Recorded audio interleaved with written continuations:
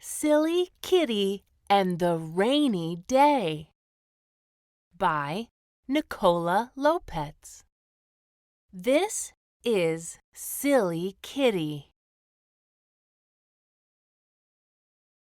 Silly Kitty lives with his human, Emma.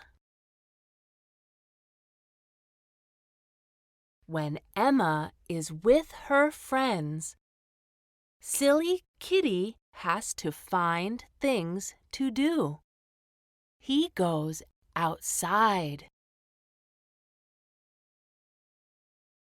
Today is a rainy day. Silly Kitty catches the rain on his tongue. Plip, plip, plop. Silly Kitty jumps in a puddle. Splish, splish, splosh. Silly Kitty leaps over the rain gushing out the drain pipe.